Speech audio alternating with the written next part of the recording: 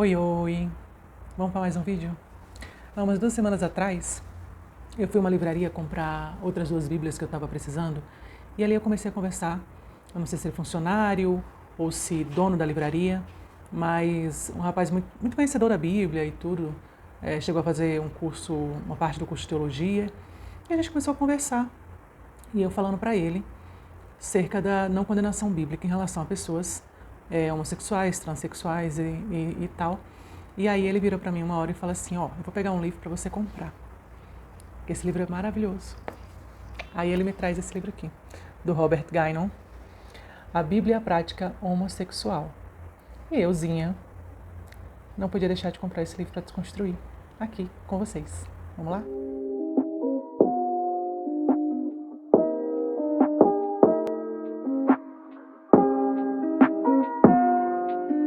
Então, Robert Guynon é um teólogo conservador, né? Aqui no livro diz que ele é um professor de teologia do Novo Testamento, presbítero em uma igreja em Pittsburgh, nos Estados Unidos. Ele fez esse livro aqui pesquisando o que Derek Bailey escreveu, pesquisando o que John McNeil escreveu, pesquisando o que John Boswell escreveu, e ele vem trazendo a visão dele do porquê que a Bíblia condena a homossexualidade, segundo ele, de ponta a ponta. E o que acontece? O argumento dele chega a ser contraditório, sabe? E eu, realmente, quando eu vi esse livro assim, eu falei, cara, eu vou comprar esse livro aqui. Eu já estava 2 horas conversando com o cara da loja, né? Eu falei, vou comprar esse livro aqui só para ter o prazer de desconstruí-lo. O que acontece? Robert Guynon, ele não nega. Ele começa a falar, um dos primeiros... Eu não li o livro todo ainda, e eu vou trazer vários vídeos sobre esse livro. E o Robert Guynon, um dos primeiros ensinos que ele traz, primeiras coisas que ele fala, é sobre Sodoma, né? Então ele vira e fala que Sodoma, ele não nega que em Sodoma teve a violação da lei da hospitalidade. Ele não nega que em Sodoma o que aconteceu foi um abuso sexual coletivo contra 2 visitantes. Ele não nega isso. Só que ele diz que isso é vil, isso é nada diante do sexo específico que aqueles homens de Sodoma queriam praticar, que era o sexo homossexual. Olha o que ele fala no livro. No entanto, o que torna esse caso de falta de hospitalidade tão vil e leva a palavra Sodoma a ser usada em círculos judaicos e cristãos posteriores como sinônimo de crueldade com visitantes de fora é a forma específica com que a crueldade se manifesta. : o estupro homossexual. Ou seja, ele está dizendo assim, a violação da lei da hospitalidade, o fato de ter sido uma violência sexual coletiva, isso aí não é nada diante do fato de ser um sexo homossexual. O problema todo era esse. E aí ele já, de cara assim, ele já demonstra o grande preconceito que ele tem. Porque ele acha natural equiparar um abuso sexual coletivo a relacionamentos homossexuais consensuais. Apesar de que eu tenho certeza que ele não acha natural comparar um abuso sexual heterossexual a um relacionamento heterossexual consensual. Certo? E aí o trecho que ele deixa assim, escancarado o preconceito dele, é quando ele quer justificar da seguinte maneira.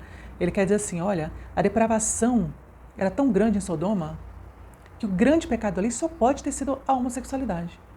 Olha o que ele diz.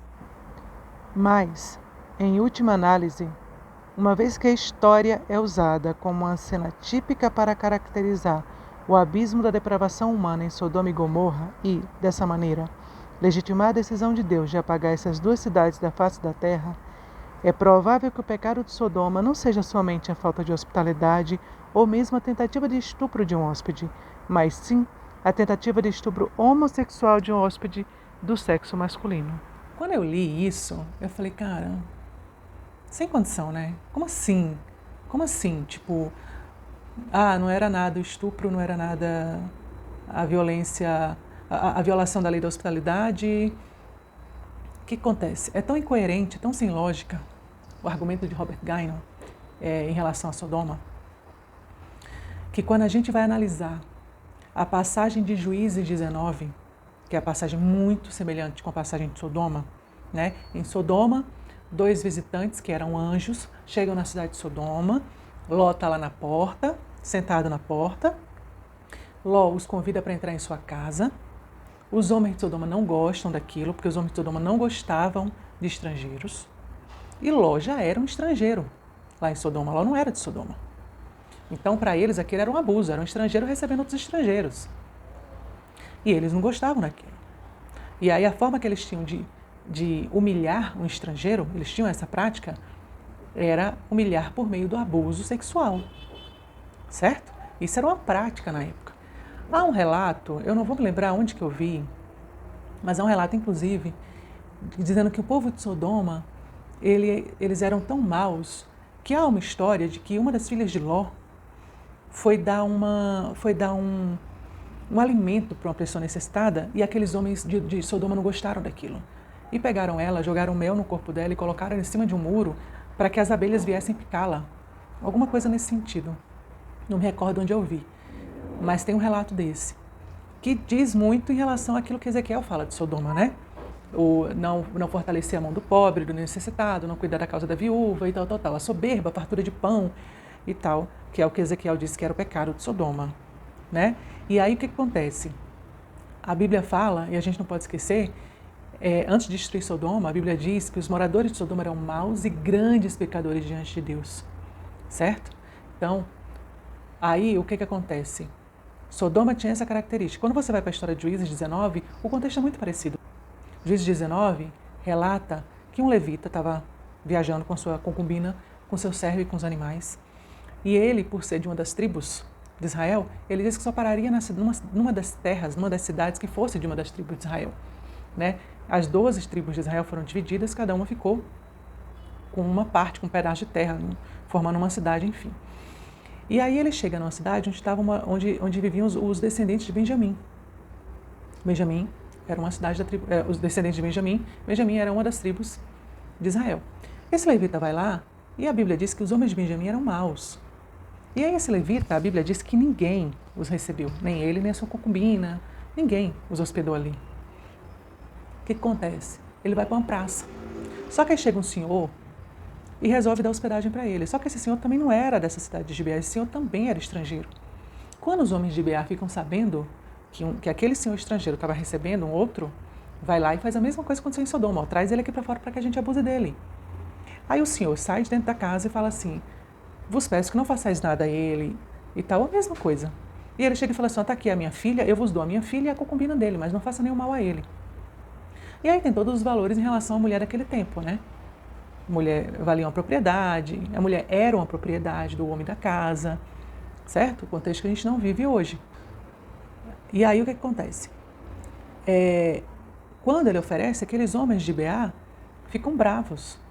Porque a questão ali não era o sexo em si, a questão ali era a humilhação daquele levita por ser estrangeiro. Era o domínio sobre ele. Sabe? Era isso, é como se ele estivesse invadindo a terra deles. E ali, tipo assim, não entra aqui que você vai ser humilhado. Era essa a cultura. E isso consistia na violação da lei da hospitalidade. Porque a lei da hospitalidade determinava que você receberia um estrangeiro, ofereceria água para os pés, né? O óleo para os cabelos e tal. Tinha um ritual de você receber um hóspede na sua casa. Certo? E tanto os homens de Sodoma quanto os homens de Gibeá não praticavam isso. Mas aí qual é a diferença do relato de Sodoma para o relato de Juízes, do relato de Gênesis para o relato de Juízes? É que em Juízes, o próprio levita pegou sua concubina e lançou lá fora, e aqueles homens abusaram dela a noite inteira, certo? E ela vem a falecer pela manhã. Quando ela falece, o levita pega ela e dá conhecimento e faz todas as tribos de Israel tomarem conhecimento daquilo que tinha acontecido. E as 11 tribos se reúnem para questionar ele. Peraí, o que é isso que aconteceu? E ele vai e conta. Ele vem e fala, eu cheguei aqui, ninguém quis me receber, esse senhor me recebeu, aí queriam me matar porque ele me recebeu. E aí pegaram a minha concubina e abusaram dela até a morte. Ele relata isso. As 11 tribos vão lá, questionam os homens de Benjamim, pede para que eles entreguem os homens que fizeram aquilo. Eles não entregam, e ali é decretada uma guerra das 11 tribos de Israel contra Benjamim. Esse é o contexto, é o mesmo contexto. E aí, para a passagem de Sodoma, Robert Guy fala assim, que o grande problema era o sexo homossexual. Para a passagem de Juízes, ele fala que não. Olha o que ele diz em relação à passagem de Juízes. Mais tarde, o levita pôde referir-se ao que aconteceu com sua concubina, juntamente com a tentativa de tirarem a vida do próprio levita, como Nebala. Aliás, ao relatar os acontecimentos de Gibeá, o levita não diz nada sobre a tentativa de estupro homossexual, mas somente as palavras "pretendiam me matar". Deixando totalmente de lado a questão do ataque homossexual, o estupro e o assassinato heterossexual da concubina do viajante foram considerados as maiores atrocidades cometidas pelos israelitas desde a época do êxodo do Egito. Ou seja, para uma mesma intenção, porque os homens de Gibeá tinham a mesma intenção dos homens de Sodoma, que era um sexo, uma violência sexual, homogenital, homossexual, era intenção. Ele usa duas interpretações distintas, simplesmente porque em Juízes o que aconteceu foi uma violência heterossexual e porque o levita, quando vai contar para os homens de Israel, para os outros homens de Israel o que tinha acontecido, ele vira e fala assim, queriam me matar. Óbvio que ele vai falar que queriam me matar, ele viu a concubina dele morta. O que ele ia pensar que ia acontecer com ele também? A mesma coisa, certo? Mas a intenção do coração dos homens de Gibeá era a mesma intenção do coração dos homens de Sodoma. Então, nisso aí, o Robert Guy já se contradiz. Só que, para além disso, a tese de Robert Guy vai contra o que Ezequiel fala em relação a Sodoma. Isaías fala em relação a Sodoma e é o que Jesus fala em relação a Sodoma. Então, vamos analisar de novo o que Jesus diz em relação a Sodoma. Jesus vai, chama os seus 12 discípulos, envia eles a pregar o reino e fala assim, olha, se alguma cidade não vos receber, não vos hospedar, sacudi os vossos pés e saí dela. E eu vos digo que no dia do juízo haverá menos rigor para Sodoma do que para a cidade que não vos receberdes. Isso fala de quê? Vai haver menos rigor para Sodoma? Por quê? Jesus está falando de hospitalidade. Jesus está falando assim, olha, a falta de hospitalidade lá de Sodoma, ela gerou a destruição da cidade. Só que agora eu estou trazendo uma nova aliança. E a cidade que não vos receber em meu nome vai estar fazendo pior do que Sodoma. E sobre ela vai cair um castigo pior do que o que caiu sobre Sodoma. Por causa do quê? Da hospitalidade. E aí Jesus fala de Sodoma em outra situação. Jesus habitou em Cafarnaum, a palavra diz isso. Que Jesus habitou em Cafarnaum. Cafarnaum foi um lugar que Jesus operou milagres, mas foi um lugar também que os fariseus chegaram a dizer que Jesus curava os endemoniados por meio do próprio demônio. Assim como foi o local onde Jesus pregou falando que ele era o pão que desceu do céu. E aí foi aquela pregação que escandalizou um monte de gente, que a Bíblia diz que muitos deixaram de seguir Jesus. E é aquela passagem conhecida que Jesus vira para os discípulos e fala assim, e vós também não vão me abandonar? Vocês também não vão me abandonar? E Pedro fala, Senhor, para onde iremos? Só tu tens palavras de vida eterna. Isso aconteceu em Cafarnaum. Certo? Então, Cafarnaum foi uma cidade onde pessoas deixaram de seguir Jesus. Jesus não foi, então, tão bem recebido assim. E Jesus vira e fala assim, Cafarnaum, se em Sodoma tivesse sido feito os sinais que em ti foram operados, ela existiria até hoje. Ou seja, o que Jesus está falando que foi o grande pecado de Sodoma, a gota d'água para Sodoma? A violação da lei da hospitalidade. Cafarnaum não foi uma cidade que recebeu Jesus assim. E ainda ficavam questionando, mas quem é esse aí que está dizendo que é o pão da vida? Ele não é filho de Maria, de José? A gente conhece ali, cresceu ali com a gente? Cresceu ali brincando com a gente? Se fosse hoje, ia dizer, cresceu ali jogando bola no campo? Eles desmereceram Jesus. Certo? Eles não creram em Jesus. E aí, Jesus traz essa palavra, olha, se eu tivesse feito esses mesmos milagres em Sodoma, Sodoma teria crido.